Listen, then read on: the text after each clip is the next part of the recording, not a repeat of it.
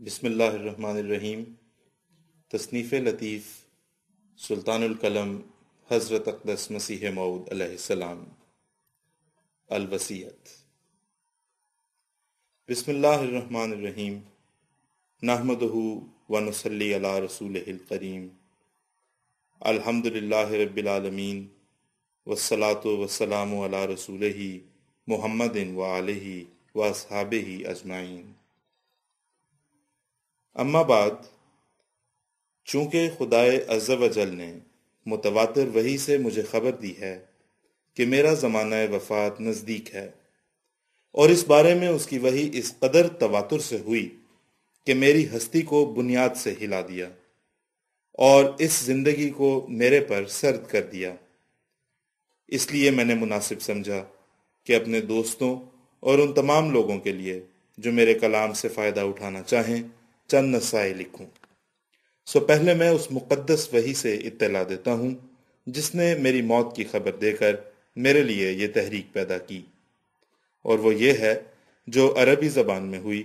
اور بعد میں اردو کی وحی بھی لکھی جائے گی۔ قرب أجلك المقدر ولا نبقي لك من المخزيات ذكرا، قل ميعاد ربك ولا نبقي لك من المخزيات شيئا، وإما نرينك بعض الذي نعدهم أو نتوفينك تموت وأنا راض منك، جاء وقتك ونبقي لك الآيات باهرات، جاء وقتك ونبقي لك الآيات بينات، قرب ما توعدون، وأما بنعمة ربك فحدث، إنه من يتق الله ويصبر فإن الله لا يضيع أجر المحسنين۔ تیری اجل قریب آ گئی ہے، اور ہم تیرے متعلق ایسی باتوں کا نام و نشان نہیں چھوڑیں گے جن کا ذکر تیری رسوائی کا موجب ہو۔ تیری نسبت خدا کی میعاد مقررہ تھوڑی رہ گئی ہے، اور ہم ایسے تمام اعتراض دور اور دفع کر دیں گے، اور کچھ بھی ان میں سے باقی نہیں رکھیں گے جن کے بیان سے تیری رسوائی مطلوب ہو۔ اور ہم اس بات پر قادر ہیں کہ جو کچھ مخالفوں کی نسبت ہماری پیشگوئیاں ہیں ان میں سے تجھے کچھ دکھا دیں یا تجھے وفات دے دیں۔ تو اس حالت میں فوت ہوگا جو میں تجھ سے راضی ہوں گا، اور ہم کھلے کھلے نشان تیری تصدیق کے لیے ہمیشہ موجود رکھیں گے۔ جو وعدہ کیا گیا وہ قریب ہے۔ اپنے رب کی نعمت کا جو تیرے پر ہوئی لوگوں کے پاس بیان کر۔ جو شخص تقوی اختیار کرے اور صبر کرے تو خدا ایسے نیکوکاروں کا اجر ضائع نہیں کرتا۔ اس جگہ یاد رہے کہ خدا تعالیٰ کا یہ فرمانا کہ ہم تیری نسبت ایسے ذکر باقی نہیں چھوڑیں گے جو تیری رسوائی اور حتیٰ کہ عزت کا موجب ہوں، اس فقرے کے دو معنی ہیں۔ اول یہ کہ ایسے اعتراضات کو جو رسوا کرنے کی نیت سے شائع کیے جاتے ہیں ہم دور کر دیں گے اور ان اعتراضات کا نام و نشان نہ رہے گا۔ دوسرے یہ کہ ایسے شکایت کرنے والوں کو جو اپنی شرارتوں کو نہیں چھوڑتے اور بد ذکر سے باز نہیں آتے دنیا سے اٹھا لیں گے اور صفحہ ہستی سے معدوم کر دیں گے۔ تب ان کے نابود ہونے کی وجہ سے ان کے بیہودہ اعتراض بھی نابود ہو جائیں گے۔ پھر بعد اس کے خدا تعالیٰ نے میری وفات کی نسبت اردو زبان میں مندرجہ ذیل کلام کے ساتھ مجھے مخاطب کر کے فرمایا، بہت تھوڑے دن رہ گئے ہیں، اس دن سب پر اداسی چھا جائے گی، یہ ہوگا، یہ ہوگا، یہ ہوگا، بعد اس کے تمہارا واقعہ ہوگا، تمام حوادث اور عجائبات قدرت دکھلانے کے بعد تمہارا حادثہ آئے گا۔ حوادث کے بارے میں جو مجھے علم دیا گیا ہے وہ یہی ہے کہ ہر ایک طرف دنیا میں موت اپنا دامن پھیلائے گی، اور زلزلے آئیں گے اور شدت سے آئیں گے، اور قیامت کا نمونہ ہوں گے، اور زمین کو تہو بالا کر دیں گے، اور بہتوں کی زندگی تلخ ہو جائے گی۔ پھر وہ جو توبہ کریں گے اور گناہوں سے دستکش ہو جائیں گے خدا ان پر رحم کرے گا، جیسا کہ ہر ایک نبی نے اس زمانے کی خبر دی تھی، ضرور ہے کہ وہ سب کچھ واقع ہو۔ لیکن وہ جو اپنے دلوں کو درست کر لیں گے اور ان راہوں کو اختیار کریں گے جو خدا کو پسند ہیں، ان کو کچھ خوف نہیں اور نہ کچھ غم۔ خدا نے مجھے مخاطب کر کے فرمایا کہ تو میری طرف سے نذیر ہے، میں نے تجھے بھیجا تا مجرم نیکوکاروں سے الگ کیے جائیں۔ اور فرمایا کہ دنیا میں ایک نذیر آیا، پر دنیا نے اسے قبول نہ کیا، لیکن خدا اسے قبول کرے گا اور بڑے زوراور حملوں سے اس کی سچائی ظاہر کر دے گا۔ میں تجھے اس قدر برکت دوں گا کہ بادشاہ تیرے کپڑوں سے برکت ڈھونڈیں گے۔ اور آئندہ زلزلے کی نسبت جو ایک سخت زلزلہ ہوگا مجھے خبر دی اور فرمایا، پھر بہار آئی، خدا کی بات پھر پوری ہوئی۔ اس لیے ایک شدید زلزلے کا آنا ضروری ہے، لیکن راست باز اس سے امن میں ہیں۔ سو راست باز بنو اور تقوی اختیار کرو تا بچ جاؤ۔ آج خدا سے ڈرو تا اس دن کے ڈر سے امن میں رہو۔ ضرور ہے کہ آسمان کچھ دکھلاوے اور زمین کچھ ظاہر کرے، لیکن خدا سے ڈرنے والے بچائے جائیں گے۔ خدا کا کلام مجھے فرماتا ہے کہ کئی حوادث ظاہر ہوں گے اور کئی آفتیں زمین پر اتریں گی۔ کچھ تو ان میں سے میری زندگی میں ظہور میں آ جائیں گی اور کچھ میرے بعد ظہور میں آئیں گی،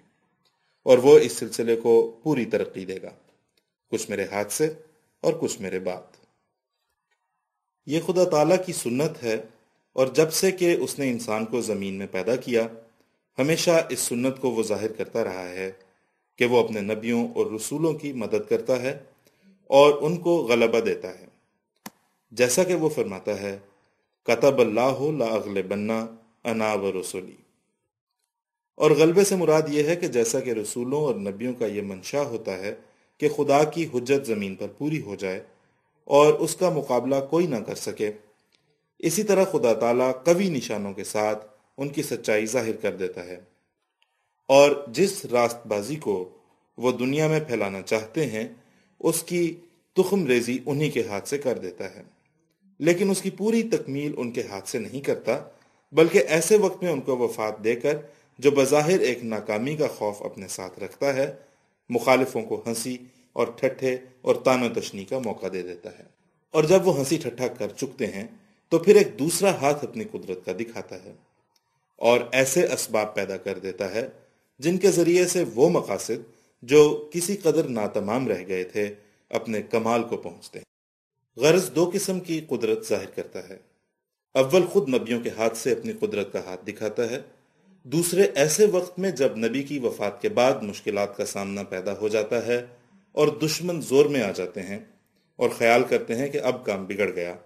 اور یقین کر لیتے ہیں کہ اب یہ جماعت نابود ہو جائے گی، اور خود جماعت کے لوگ بھی تردد میں پڑ جاتے ہیں اور ان کی کمریں ٹوٹ جاتی ہیں اور کئی بدقسمت مرتد ہونے کی راہیں اختیار کر لیتے ہیں، تب خدا تعالیٰ دوسری مرتبہ اپنی زبردست قدرت ظاہر کرتا ہے اور گرتی ہوئی جماعت کو سنبھال لیتا ہے۔ پس وہ جو اخیر تک صبر کرتا ہے خدا تعالیٰ کے اس معجزے کو دیکھتا ہے، جیسا کہ حضرت ابو بکر صدیق رضی اللہ تعالیٰ عنہ کے وقت میں ہوا، جبکہ آن حضرت صلی اللہ علیہ وسلم کی موت ایک بے وقت موت سمجھی گئی اور بہت سے بادیہ نشین نادان مرتد ہو گئے، اور صحابہ بھی مارے غم کے دیوانے کی طرح ہو گئے۔ تب خدا تعالیٰ نے حضرت ابو بکر صدیق رضی اللہ تعالیٰ عنہ کو کھڑا کر کے دوبارہ اپنی قدرت کا نمونہ دکھایا اور اسلام کو نابود ہوتے ہوتے تھام لیا، اور اس وعدے کو پورا کیا جو فرمایا تھا، وَلَا يُمَكِّنَنَّ لَهُمْ دِينَهُمُ الَّذِي ارْتَضَىٰ لَهُمْ وَلَا يُبَدِّلَنَّهُمْ مِنْ بَعْدِ خَوْفِهِمْ أَمْنًا، یعنی خوف کے بعد پھر ہم ان کے پیر جما دیں گے۔ ایسا ہی حضرت موسیٰ علیہ السلام کے وقت میں ہوا، جبکہ حضرت موسیٰ علیہ السلام مصر اور کنعان کی راہ میں پہلے اس سے جو بنی اسرائیل کو وعدے کے موافق منزل مقصود تک پہنچاویں فوت ہو گئے، اور بنی اسرائیل میں ان کے مرنے سے ایک بڑا ماتم برپا ہوا،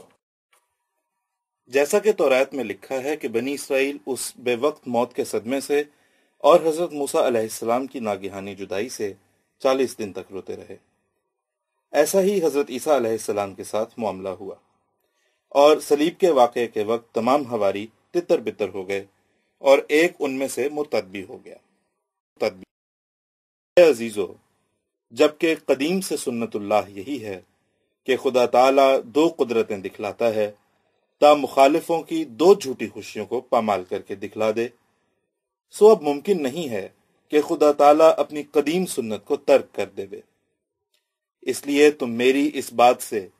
جو میں نے تمہارے پاس بیان کی غمگین مت ہو، اور تمہارے دل پریشان نہ ہو جائیں،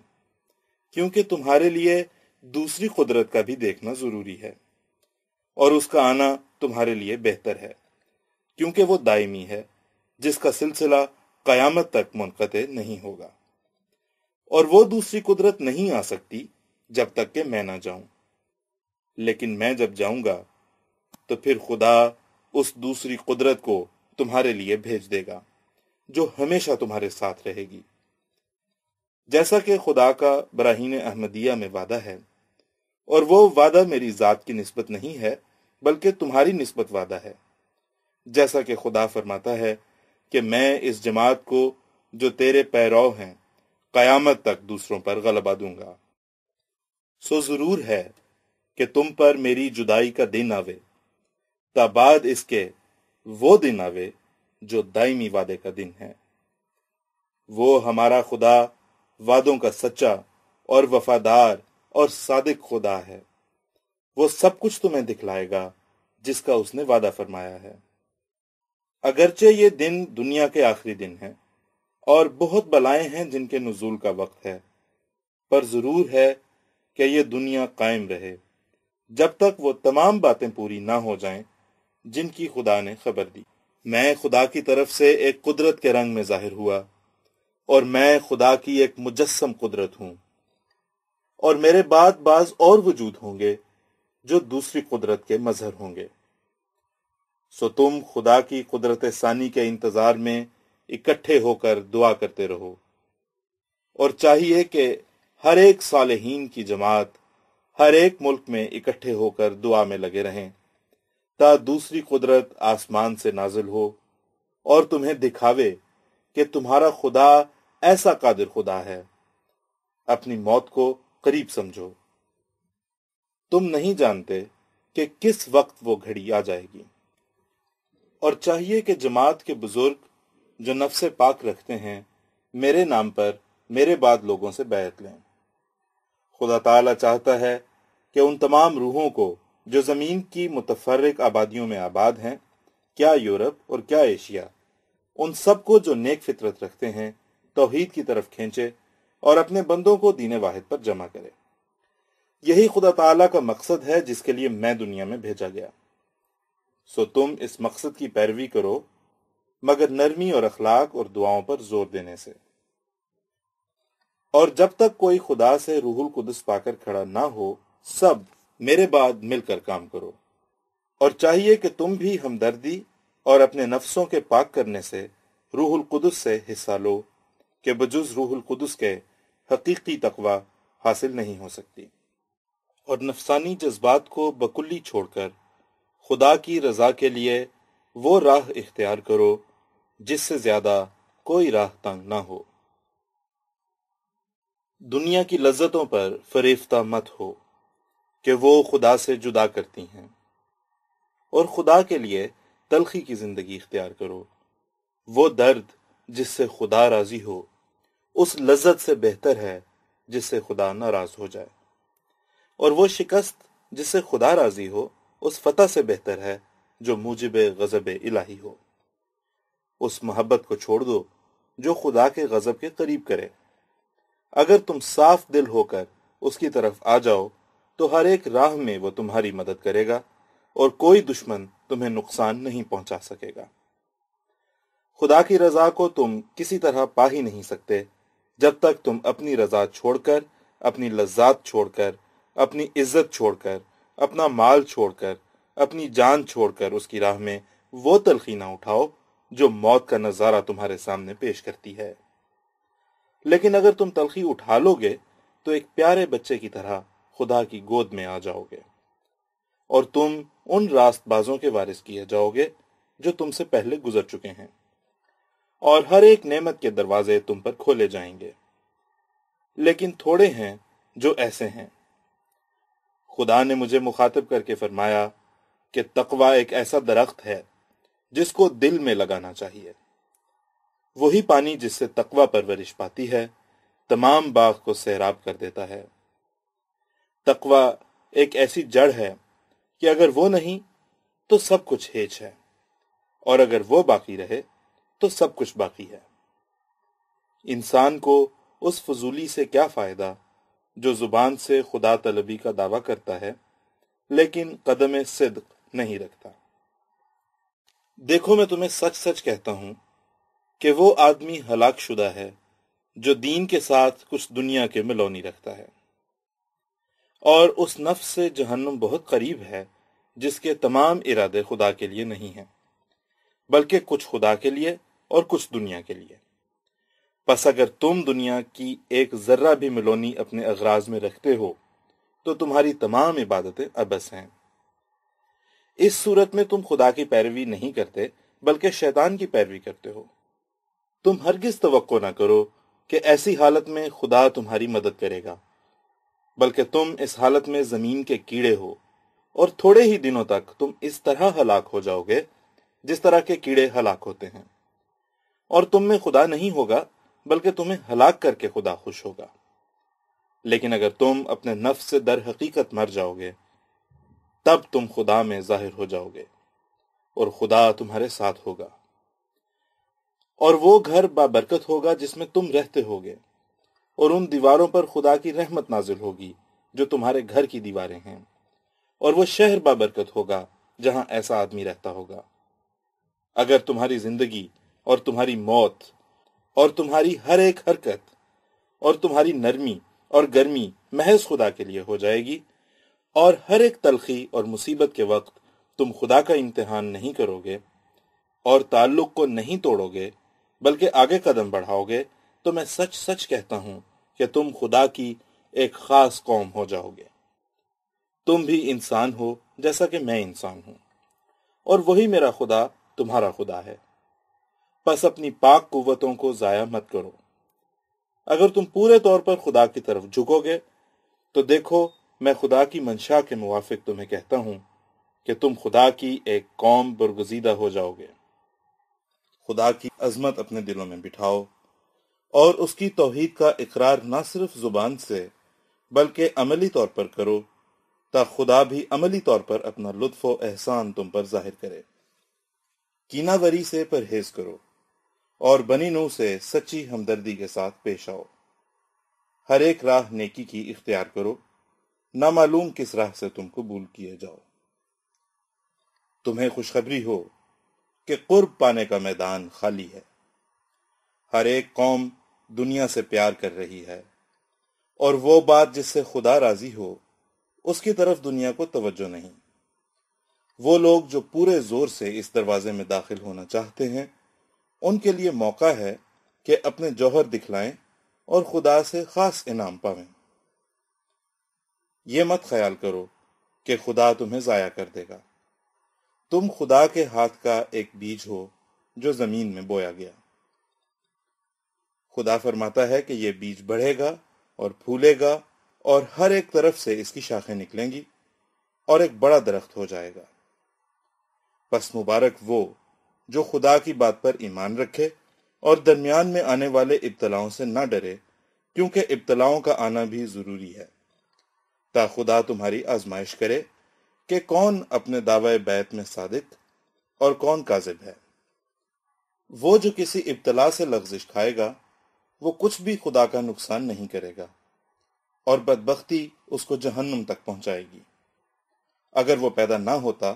تو اس کے لیے اچھا تھا، مگر وہ سب لوگ جو اخیر تک صبر کریں گے اور ان پر مصائب کے زلزلے آئیں گے اور حوادث کی آندھیاں چلیں گی اور قومیں ہنسی اور ٹھٹھا کریں گی اور دنیا ان سے سخت کراہت کے ساتھ پیش آئے گی، وہ آخر فتح یاب ہوں گے اور برکتوں کے دروازے ان پر کھولے جائیں گے۔ خدا نے مجھے مخاطب کر کے فرمایا کہ میں اپنی جماعت کو اطلاع دوں کہ جو لوگ ایمان لائے، ایسا ایمان جو اس کے ساتھ دنیا کی ملونی نہیں، اور وہ ایمان نفاق یا بزدلی سے آلودہ نہیں، اور وہ ایمان اطاعت کے کسی درجے سے محروم نہیں۔ ایسے لوگ خدا کے پسندیدہ لوگ ہیں، اور خدا فرماتا ہے کہ وہی ہیں جن کا قدم صدق کا قدم ہے۔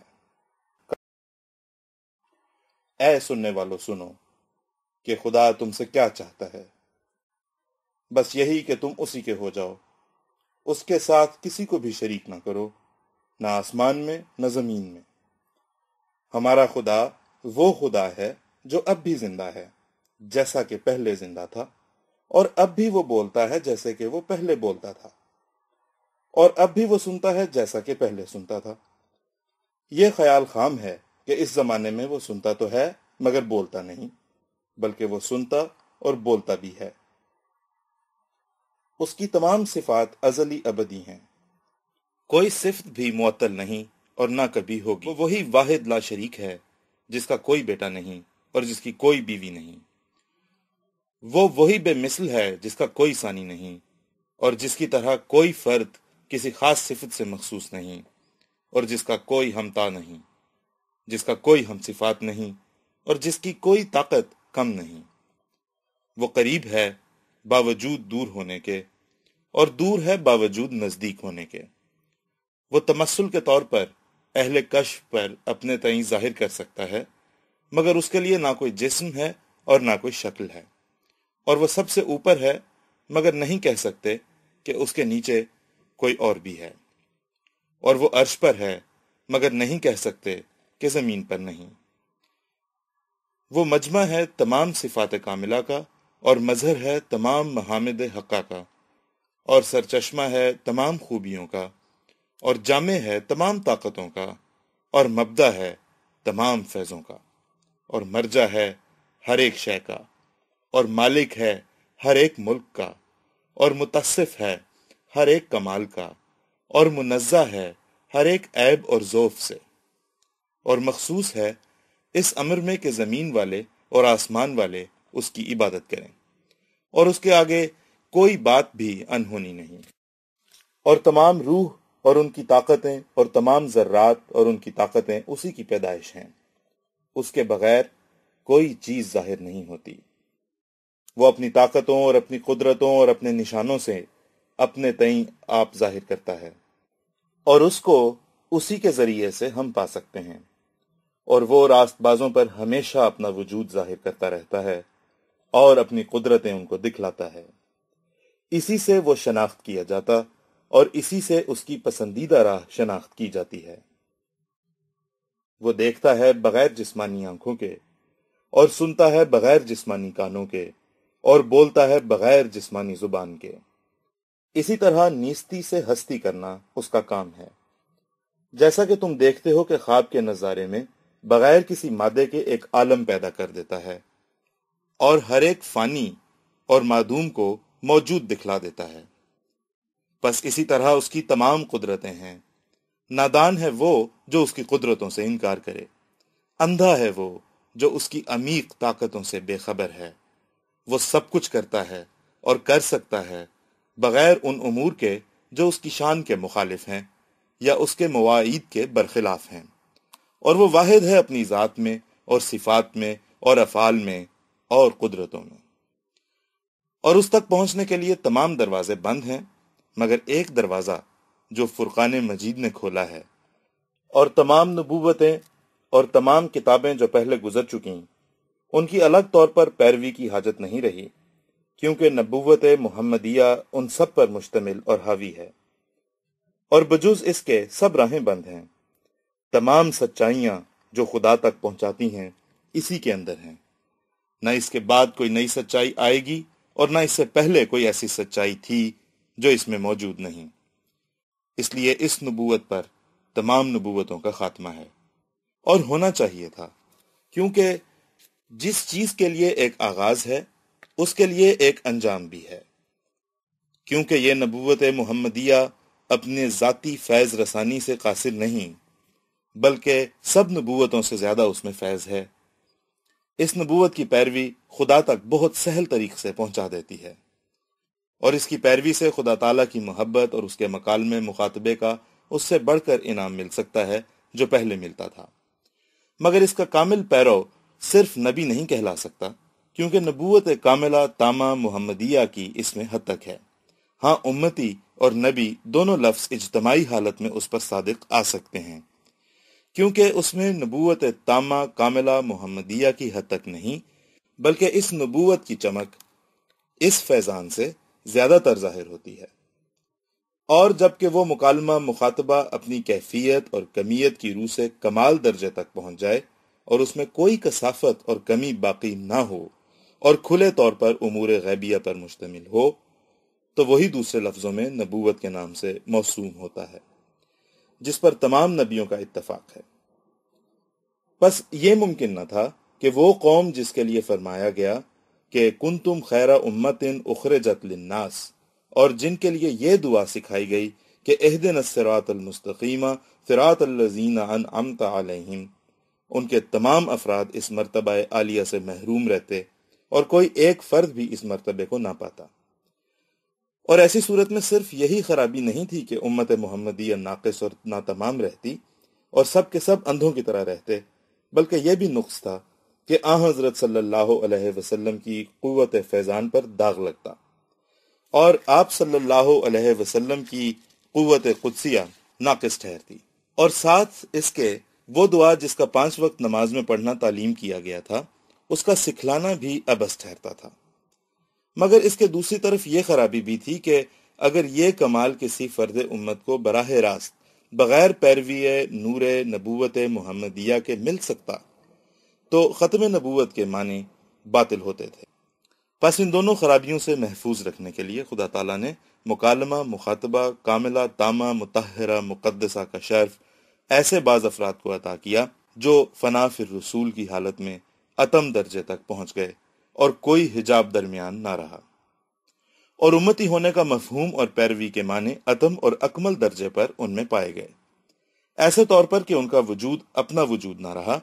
بلکہ ان کے محویت کے آئینے میں حضرت صلی اللہ علیہ وسلم کا وجود منعکس ہو گیا،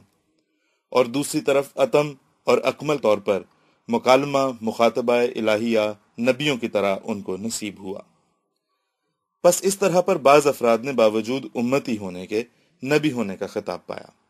کیونکہ ایسی صورت کی نبوت محمدیہ سے الگ نہیں، بلکہ اگر غور سے دیکھو تو خود وہ نبوت محمدیہ ہی ہے جو ایک پیرایہ جدید میں جلوہ گر ہوئی۔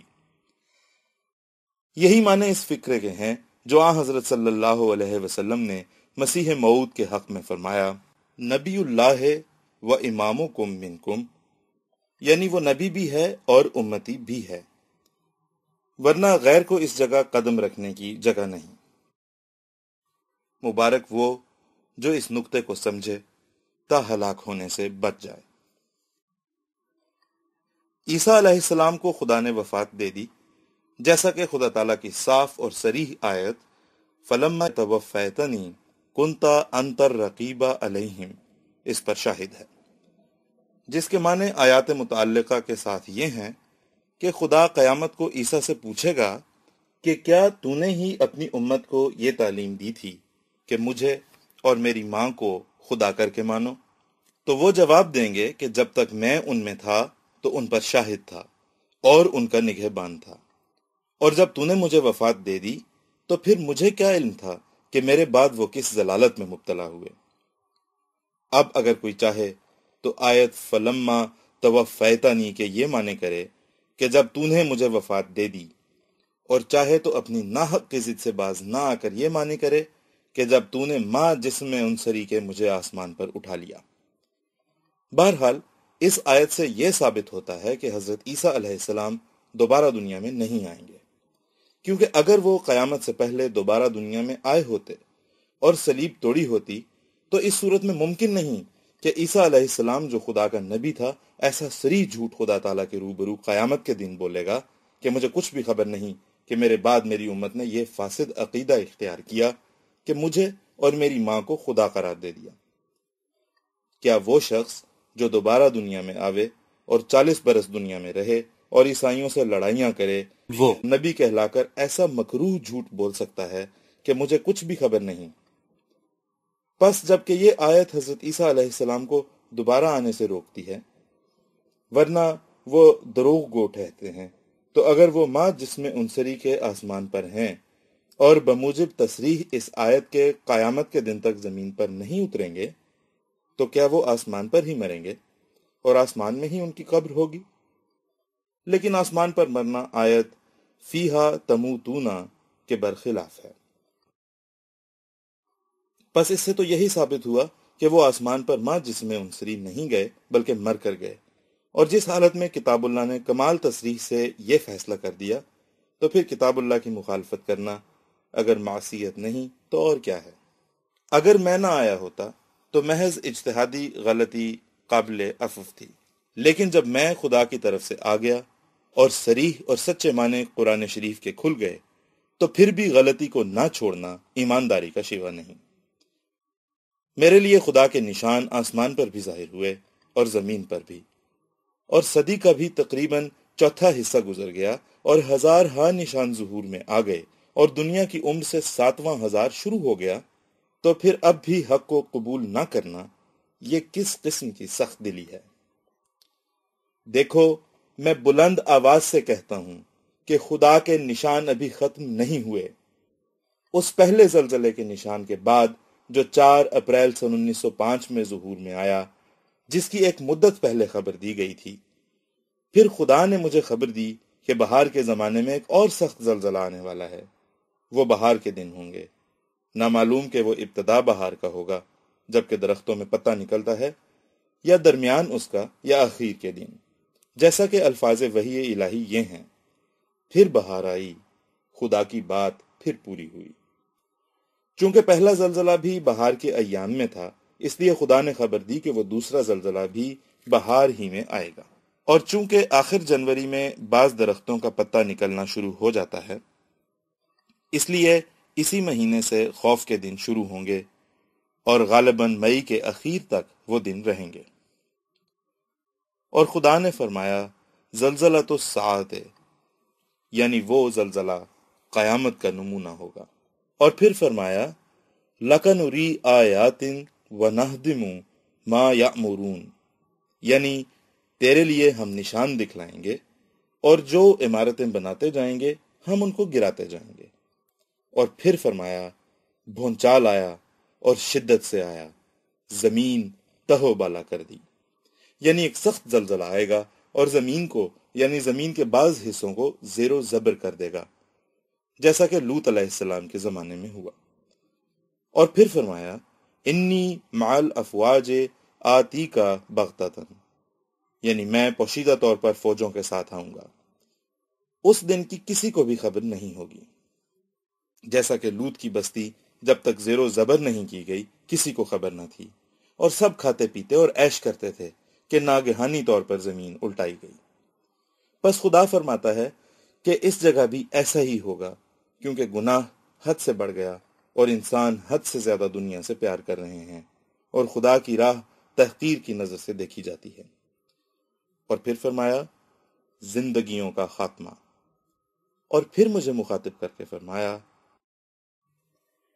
قال ربک انہ نازل من السماء ما یرزیک رحمتا منا وکان امرا مقضیا، یعنی تیرا رب کہتا ہے کہ ایک امر آسمان سے اترے گا جس سے تو خوش ہو جائے گا، یہ ہماری طرف سے رحمت ہے، اور یہ فیصلہ شدہ بات ہے جو ابتدا سے مقدر تھی، اور ضرور ہے کہ آسمان اس امر کے نازل کرنے سے رکا رہے جب تک یہ پیش گوئی قوموں میں شائع ہو جائے۔ کون ہے جو ہماری باتوں پر ایمان لاوے بجز اس کے کہ خوش قسمت ہو۔ یاد رہے کہ یہ اعلان تشویش پھیلانے کے لیے نہیں بلکہ آئندہ تشویش کی پیش بندی کے لیے ہے، تا کوئی بے خبری میں ہلاک نہ ہو۔ ہر ایک امر نیت سے وابستہ ہے، بس ہماری نیت دکھ دینے کی نہیں بلکہ دکھ سے بچانے کی نیت ہے۔ وہ لوگ جو توبہ کرتے ہیں خدا کے عذاب سے بچائے جائیں گے، مگر وہ بدقسمت جو توبہ نہیں کرتا اور ٹھٹھے کی مجلسوں کو نہیں چھوڑتا اور بدکاری اور گناہ سے باز نہیں آتا، اس کی ہلاکت کے دن نزدیک ہیں، کیونکہ اس کی شوخی خدا کی نظر میں قابل غضب ہے۔ اس جگہ ایک اور امر قابل تذکرہ ہے کہ جیسا کہ میں پہلے بیان کر چکا ہوں کہ خدا نے مجھے میری وفات سے اطلاع دی ہے، اور مجھے مخاطب کر کے میری زندگی کی نسبت فرمایا کہ بہت تھوڑے دن رہ گئے ہیں، اور فرمایا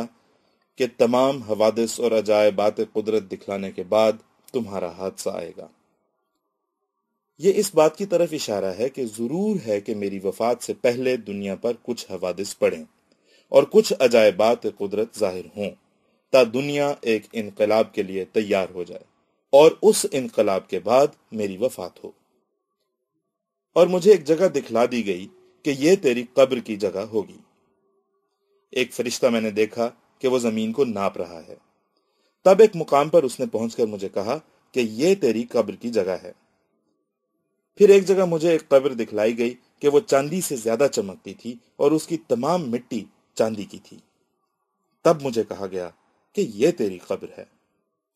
اور ایک جگہ مجھے دکھائی گئی اور اس کا نام بہشتی مقبرہ رکھا گیا، اور ظاہر کیا گیا کہ وہ ان برگزیدہ جماعت کے لوگوں کی قبریں ہیں جو بہشتی ہیں۔ تب سے ہمیشہ مجھے یہ فکر رہی کہ جماعت کے لیے ایک قطع زمین قبرستان کی غرض سے خریدا جائے، لیکن چونکہ موقع کی عمدہ زمینیں بہت قیمت سے ملتی تھیں، اس لیے یہ غرض مدت دراز تک معرض التوا میں رہی۔ اب اخویم مولوی عبد الکریم صاحب مرحوم کی وفات کے بعد، جبکہ میری وفات کی نسبت بھی متواتر وحی الہی ہوئی، میں نے مناسب سمجھا کہ قبرستان کا جلدی انتظام کیا جائے۔ اس لیے میں نے اپنی ملکیت کی زمین جو ہمارے باغ کے قریب ہے، جس کی قیمت 1000 روپے سے کم نہیں، اس کام کے لیے تجویز کی، اور میں دعا کرتا ہوں کہ خدا اس میں برکت دے اور اسی کو بہشتی مقبرہ بنا دے، اور یہ اس جماعت کے پاک دل لوگوں کی خوابگاہ ہو جنہوں نے در حقیقت دین کو دنیا پر مقدم کر لیا اور دنیا کی محبت چھوڑ دی اور خدا کے لیے ہو گئے، اور پاک تبدیلی اپنے اندر پیدا کر لی، اور رسول اللہ صلی اللہ علیہ وسلم کے اصحاب کی طرح وفاداری اور صدق کا نمونہ دکھلایا۔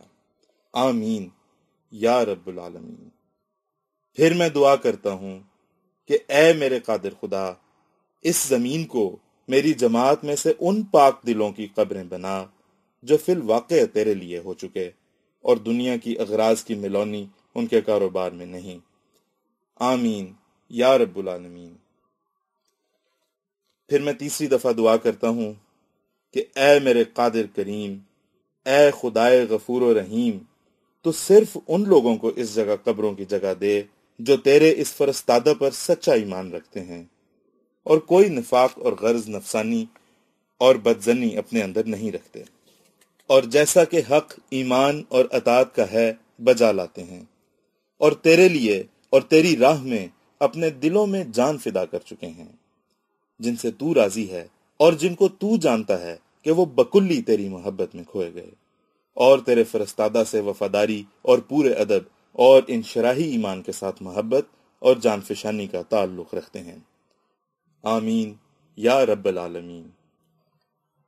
اور چونکہ اس قبرستان کے لیے بڑی بھاری بشارتیں مجھے ملی ہیں، اور نہ صرف خدا نے یہ فرمایا کہ یہ مقبرہ بہشتی ہے، بلکہ یہ بھی فرمایا کہ انزلہ فیہا کل رحمت، یعنی ہر ایک قسم کی رحمت اس قبرستان میں اتاری گئی ہے، اور کسی قسم کی رحمت نہیں جو اس قبرستان والوں کو اس سے حصہ نہیں۔ اس لیے خدا نے میرا دل اپنی وحی خفی سے اس طرف مائل کیا کہ ایسے قبرستان کے لیے ایسے شرائط لگا دیے جائیں جو وہی لوگ اس میں داخل ہو سکیں جو اپنے صدق اور کامل راست بازی کی وجہ سے ان شرائط کے پابند ہوں۔ سو وہ 3 شرطیں ہیں اور سب کو بجا لانا ہوگا۔ اول، اس قبرستان کی زمین موجودہ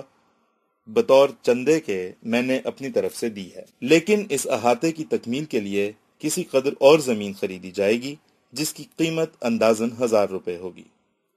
اور اس کے خوشنما کرنے کے لیے کچھ درخت لگائے جائیں گے اور ایک کنواں لگایا جائے گا، اور اس قبرستان سے شمالی طرف بہت پانی ٹھہرا رہتا ہے جو گزرگاہ ہے، اس لیے وہاں ایک پل تیار کیا جائے گا، اور ان متفرق مصارف کے لیے 2000 روپے درکار ہوگا۔ سو کل یہ 3000 روپے ہوا جو اس تمام کام کی تکمیل کے لیے خرچ ہوگا۔ سو پہلی شرط یہ ہے کہ ہر ایک شخص جو اس قبرستان میں مدفون ہونا چاہتا ہے وہ اپنی حیثیت کے لحاظ سے ان مصارف کے لیے چندہ داخل کرے، اور یہ چندہ محض انہی لوگوں سے طلب کیا گیا ہے، نہ دوسروں سے۔ بالفعل یہ چندہ اخویم مکرم مولوی نور الدین صاحب کے پاس آنا چاہیے، لیکن اگر خدا تعالیٰ نے چاہا تو یہ سلسلہ ہم سب کی موت کے بعد بھی جاری رہے گا۔ اس صورت میں ایک انجمن ہونی چاہیے کہ ایسی آمدنی کا روپیہ جو وقتاً فوقتاً جمع ہوتا رہے گا علائے کلمہ اسلام اور اشاعت توحید میں جس طرح مناسب سمجھیں خرچ کریں۔ دوسری شرط یہ ہے کہ تمام جماعت میں سے اس قبرستان میں وہی مدفون ہوگا جو یہ وصیت کرے جو اس کی موت کے بعد 10واں حصہ اس کے تمام ترکے کا حسب ہدایت اس سلسلے کے اشاعت اسلام اور تبلیغ احکام قرآن میں خرچ ہوگا، اور ہر ایک صادق کامل الایمان کو اختیار ہوگا کہ وہ اپنی وصیت میں اس سے بھی زیادہ لکھ دے، لیکن اس سے کم نہیں ہوگا، اور یہ مالی آمدنی ایک بادیانت اور اہل علم انجمن کے سپرد رہے گی، اور وہ باہمی مشورے سے ترقی اسلام اور اشاعت علم قرآن و کتب دینیہ اور اس سلسلے کے واعظوں کے لیے حسب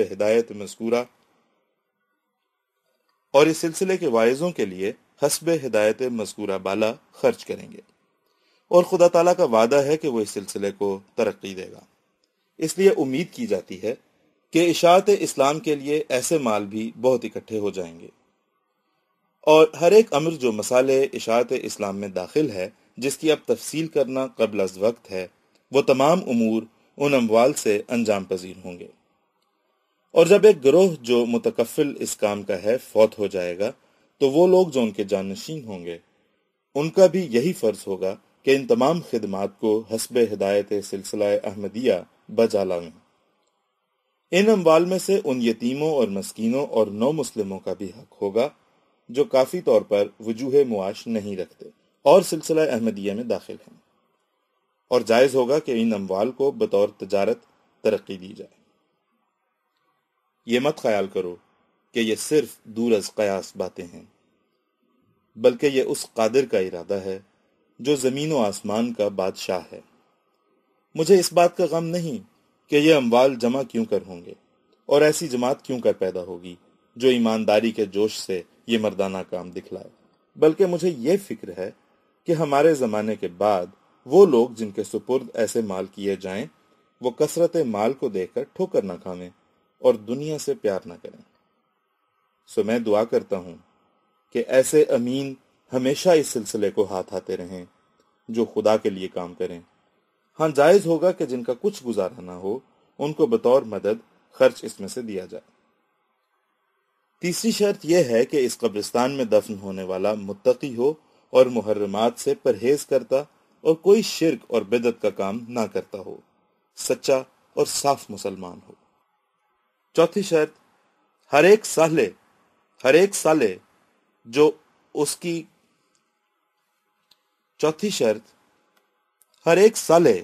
اس کی کوئی بھی جائیداد نہیں اور کوئی مالی خدمت نہیں کر سکتا، اگر یہ ثابت ہو کہ وہ دین کے لیے اپنی زندگی وقف رکھتا تھا اور صالح تھا تو وہ اس قبرستان میں دفن ہو سکتا ہے۔ ہدایت، ہر ایک صاحب جو حسب شرائط متذکرہ بالا کوئی وصیت کرنا چاہیں تو ان کی وصیت پر عمل درآمد ان کی موت کے بعد ہوگا، لیکن وصیت کو لکھ کر اس سلسلے کے امین موفز الخدمت کو سپرد کر دینا لازمی امر ہوگا، اور ایسا ہی چھاپ کر شائع کرنا بھی، کیونکہ موت کے وقت اکثر وصایا کا لکھنا مشکل ہو جاتا ہے، اور چونکہ آسمانی نشانوں اور بلاؤں کے دن قریب ہیں اس لیے خدا تعالیٰ کے نزدیک ایسے وقت میں وصیت لکھنے والا بہت درجہ رکھتا ہے جو امن کی حالت میں وصیت لکھتا ہے، اور اس وصیت کے لکھنے میں جس کا مال دائمی مدد دینے والا ہوگا اس کو دائمی ثواب ہوگا اور خیرات جاریہ کے حکم میں ہوگا۔ نمبر 2، ہر ایک صاحب جو کسی دوسری جگہ میں ہوں جو قادیان سے دور اس ملک کے کسی اور حصے میں ہوں اور وہ ان شرائط کے پابند ہوں جو درج ہو چکی ہیں، تو ان کے وارثوں کو چاہیے کہ ان کی موت کے بعد ایک صندوق میں ان کی میت کو رکھ کر قادیان میں پہنچاویں، اور اگر اس قبرستان کی تکمیل سے یعنی پل وغیرہ کی تیاری سے پہلے کوئی صاحب فوت ہو جائیں تو حسب شرائط اس قبرستان میں دفن ہوں گے۔ پھر تمام لوازم کی تیاری کے بعد جو قبرستان کے متعلق ہیں قادیان میں ان کی میت لائی جائے، لیکن وہ صاحب جو بغیر صندوق کے دفن کیے جائیں ان کا قبر میں سے نکالنا مناسب نہ ہوگا۔ واضح ہو کہ خدا تعالیٰ کا ارادہ ہے کہ ایسے کامل الایمان ایک ہی جگہ دفن ہوں، تا آئندہ کی نسلیں ایک ہی جگہ ان کو دیکھ کر اپنا ایمان تازہ کریں، اور تا ان کے کارنامے یعنی جو خدا کے لیے انہوں نے دینی کام کیے ہمیشہ کے لیے قوم پر ظاہر ہوں۔ بالآخر ہم دعا کرتے ہیں کہ خدا تعالیٰ اس کام میں ہر ایک مخلص کو مدد دے اور ایمانی جوش ان میں پیدا کرے اور ان کا خاتمہ بالخیر کرے، آمین۔ مناسب ہے کہ ہر ایک صاحب ہماری جماعت میں سے جن کو یہ تحریر ملے وہ اپنے دوستوں میں اس کو مشتہر کریں اور جہاں تک ممکن ہو اس کی اشاعت کریں اور اپنی آئندہ نسل کے لیے اس کو محفوظ رکھیں، اور مخالفوں کو بھی مہذب طریق پر اس سے اطلاع دیں اور ہر ایک بدگو کی بدگوئی پر صبر کریں اور دعا میں لگے رہیں۔ وآخر الدعوانا ان الحمد للہ رب العالمین۔ الراکم خاکسار غلام احمد، 20 دسمبر سن 1905۔ ضمیمہ متعلقہ رسالہ الوصیت۔ رسالہ الوصیت کے متعلق چند ضروری امر قابل اشاعت ہیں جو ذیل میں لکھے جاتے ہیں۔ نمبر 1، اول یہ کہ جب تک انجمن کارپرداز مصالح قبرستان اس امر کو شائع نہ کرے کہ قبرستان باعتبار لوازم ضروری کے من کل الوجوہ تیار ہو گیا ہے، اس وقت تک جائز نہ ہوگا کہ اس کی میت جس نے رسالہ الوصیت کے شرائط کی پابندی کی ہے قبرستان میں دفن کرنے کے لیے لائی جائے، بلکہ پل وغیرہ لوازم ضروریہ کا کام پہلے تیار ہو جانا ضروری ہوگا، اور اس وقت تک میت ایک صندوق میں امانت کے طور پر کسی اور قبرستان میں رکھی جائے گی۔ نمبر 2، ہر ایک صاحب جو شرائط رسالہ الوصیت کی پابندی کا اقرار کریں، ضروری ہوگا کہ وہ ایسا اقرار کم سے کم 2 گواہوں کی ثبت شہادت کے ساتھ اپنے زمانہ قائمی ہوش و حواس میں انجمن کے حوالے کریں اور تصریح سے لکھیں کہ وہ اپنی کل جائیداد منقولہ و غیر منقولہ کا 10واں حصہ اشاعت اغراض سلسلہ عالیہ احمدیہ کے لیے بطور وصیت یا وقف دیتے ہیں، اور ضروری ہوگا کہ وہ کم سے کم 2 اخباروں میں اس کو شائع کرا دیں۔ نمبر 3، انجمن کا یہ فرض ہوگا کہ قانونی اور شرعی طور پر وصیت کردہ مضمون کی نسبت اپنی پوری تسلی کر کے وصیت کنندہ کو ایک سرٹیفکیٹ اپنے دستخط اور مہر کے ساتھ دے دے، اور جب قواعد مذکورہ بالا کی روح سے کوئی میت اس قبرستان میں لائی جائے تو ضروری ہوگا کہ وہ سرٹیفکیٹ انجمن کو دکھایا جائے، اور انجمن کی ہدایت اور موقع نمائی سے وہ میت اس موقع میں دفن کی جائے جو انجمن نے اس کے لیے تجویز کیا ہے۔ نمبر 4، اس قبرستان میں بجز کسی خاص صورت کے جو انجمن تجویز کرے نابالغ بچے دفن نہیں ہوں گے کیونکہ وہ بہشتی ہیں، اور نہ اس قبرستان میں اس میت کا کوئی دوسرا عزیز دفن ہوگا جب تک وہ اپنے طور پر کل شرائط رسالہ الوصیت کو پورا نہ کرے۔ نمبر 5، ہر ایک میت جو قادیان کی زمین میں فوت نہیں ہوئی ان کو بجز صندوق قادیان لانا ناجائز ہوگا، اور نیز ضروری ہوگا کہ کم سے کم 1 ماہ پہلے اطلاع دیں تاکہ اگر انجمن کو اتفاقی موانع قبرستان کے متعلق پیش آ گئے ہوں تو ان کو دور کر کے اجازت دے۔ نمبر 6، اگر کوئی صاحب خدا نخواستہ طاعون کی مرض سے فوت ہوں جنہوں نے رسالہ الوصیت کے تمام شرائط پورے کر دیے ہوں، ان کی نسبت یہ ضروری حکم ہے کہ وہ 2 برس تک صندوق میں رکھ کر کسی علیحدہ مکان میں امانت کے طور پر دفن کیے جائیں، اور 2 برس کے بعد ایسے موسم میں لائے جائیں کہ ان کے فوت ہونے کے مقام اور قادیان میں طاعون نہ ہو۔ نمبر 7، یاد رہے کہ صرف یہ کافی نہ ہوگا کہ جائیداد منقولہ و غیر منقولہ کا 10واں حصہ دیا جاوے، بلکہ ضروری ہوگا کہ ایسا وصیت کرنے والا جہاں تک اس کے لیے ممکن ہے پابند احکام اسلام ہو اور تقوی اور طہارت کے امور میں کوشش کرنے والا ہو، اور مسلمان، خدا کو ایک جاننے والا اور اس کے رسول پر سچا ایمان لانے والا ہو، اور نیز حقوق عباد غصب کرنے والا نہ ہو۔ نمبر 8، اگر کوئی صاحب 10واں حصہ جائیداد کی وصیت کریں اور اتفاقاً ان کی موت ایسی ہو کہ مثلاً کسی دریا میں غرق ہو کر ان کا انتقال ہو یا کسی اور ملک میں وفات پاویں جہاں سے میت کو لانا متعذر ہو،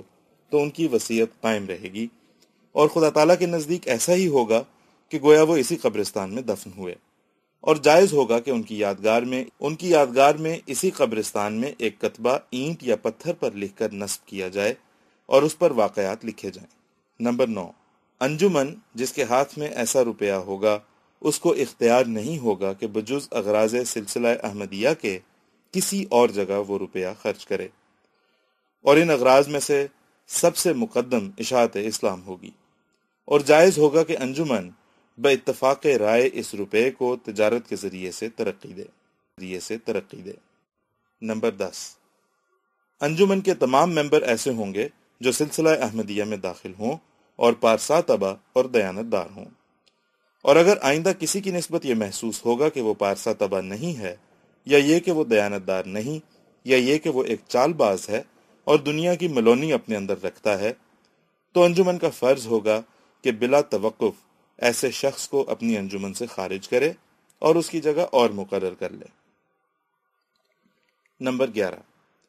اگر وصیتی مال کے متعلق کوئی جھگڑا پیش آوے تو اس جھگڑے کی پیروی میں جو اخراجات ہوں وہ تمام وصیتی مالوں میں سے دیے جائیں گے۔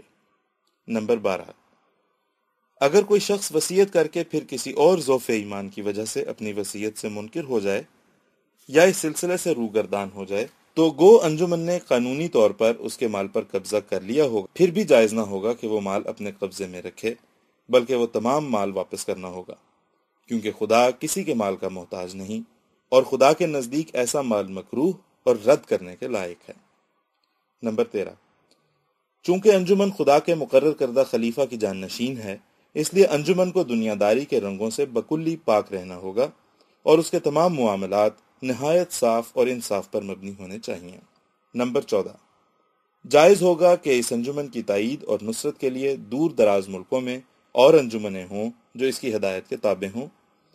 اور جائز ہوگا کہ اگر وہ ایسے ملک میں ہوں کہ وہاں سے میت کو لانا متعذر ہے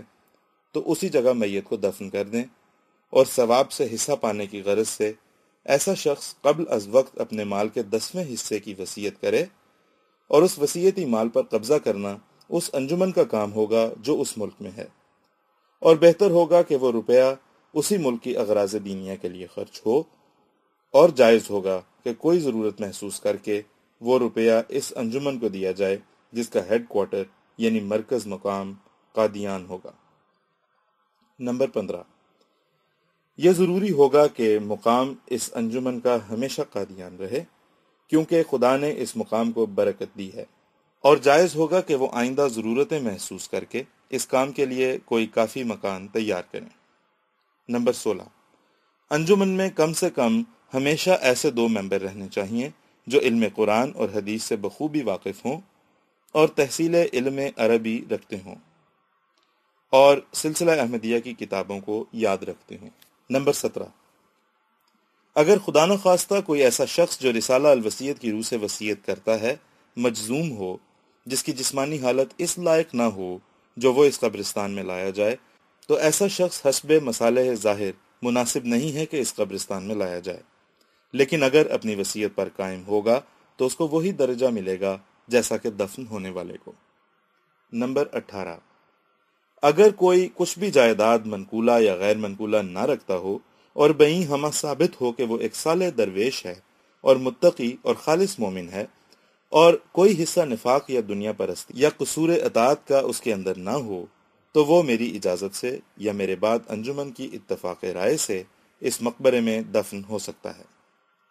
نمبر 19، اگر کوئی شخص خدا تعالیٰ کی خاص وحی سے رد کیا جائے تو گو وہ وصیتی مال بھی پیش کرے، تاہم اس قبرستان میں داخل نہیں ہوگا۔ نمبر 20، میری نسبت اور میرے اہل و عیال کی نسبت خدا نے استثناء رکھا ہے، باقی ہر ایک مرد ہو یا عورت ان کو شرائط کی پابندی لازم ہوگی، اور شکایت کرنے والا منافق ہوگا۔ یہ شرائط ضروریاں ہیں جو اوپر لکھی گئیں۔ آئندہ اس مقبرہ بہشتی میں وہ دفن کیا جائے گا جو ان شرائط کو پورا کرے گا۔ ممکن ہے کہ بعض آدمی جن پر بدگمانی کا مادہ غالب ہو وہ اس کارروائی میں ہمیں اعتراضوں کا نشانہ بناویں اور اس انتظام کو اغراض نفسانیہ پر مبنی سمجھیں یا اس کو بدعت قرار دیں، لیکن یاد رہے کہ خدا تعالیٰ کے کام میں وہ جو چاہتا ہے کرتا ہے۔ بلا شبہ اس نے ارادہ کیا ہے کہ اس انتظام سے منافق اور مومن میں تمیز کرے، اور ہم خود محسوس کرتے ہیں کہ جو لوگ اس الہی انتظام پر اطلاع پا کر بلا توقف اس فکر میں پڑتے ہیں کہ 10واں حصہ کل جائیداد کا خدا کی راہ میں دیں بلکہ اس سے بھی زیادہ اپنا جوش دکھلاتے ہیں، وہ اپنی ایمانداری پر مہر لگا دیتے ہیں۔ اللہ تعالیٰ فرماتا ہے الف لام میم احسب الناس ان یترکوا ان یقولوا آمنا وہم لا یفتنون، کیا لوگ یہ گمان کرتے ہیں کہ میں اسی قدر پر راضی ہو جاؤں کہ وہ کہہ دیں کہ ہم ایمان لائے اور ابھی ان کا امتحان نہ کیا جائے؟ اور یہ امتحان تو کچھ بھی چیز نہیں، صحابہ کا امتحان جانوں کے مطالبے پر کیا گیا اور انہوں نے اپنے سر خدا کی راہ میں دیے۔ پھر ایسا گمان کہ کیوں یوں ہی عام اجازت ہر ایک کو نہ دی جائے کہ وہ اس قبرستان میں دفن کیا جائے، کس قدر دور از حقیقت ہے۔ اگر یہی روا ہو تو خدا تعالیٰ نے ہر ایک زمانے میں امتحان کی کیوں بنیاد ڈالی؟ وہ ہر ایک زمانے میں چاہتا رہا ہے کہ خبیث اور طیب میں فرق کر کے دکھلاوے، اس لیے اب بھی اس نے ایسا ہی کیا۔